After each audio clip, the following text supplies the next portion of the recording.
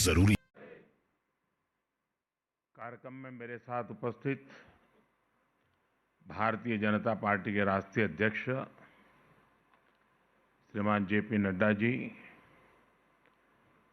Party के सभी वरिष्ठ पदाधिकारीगण और सभी माननीय सांसद, आज हम सब दीनदयाल उपाध्याय जी पुण्यतिथि पर अनेक चरणों में अपनी श्रद्धांजलि अर्पित करने के लिए एकत्र हुए हैं। पहले भी अनेकों अवसर पर हमें दीनदयाल जी से जुड़े कार्यक्रमों में शामिल होने का, अपने विचार रखने का और अपने वरिष्ठ जनों से विचार सुनने का अवसर मिलता रहा है। यहां पर तो सभी लोग उस विचार परिवार के सदस्य हैं। दीनदयाल जी जिसके मुखिया की तरह, एक प्रेरणा की तरह अविरत रूप से हमें प्रेरणा देते रहे हैं। आप सबने दीनदयाल जी को पढ़ा भी है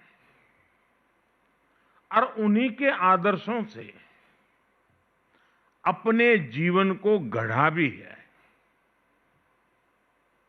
और इसलिए आप सब उनके विचारों से, उनके समर्पण से भली भांति परिचित है।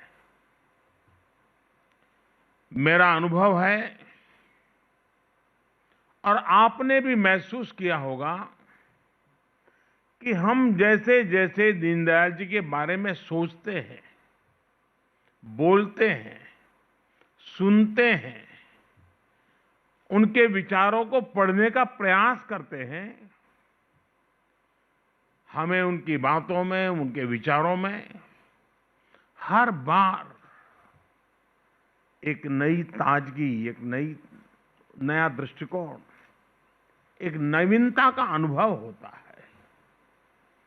उनके विचार आज भी उतने ही प्रासंगिक है जितने तब थे और आने वाले समय में भी उतने ही आवश्यक रहेंगे जितने आज है।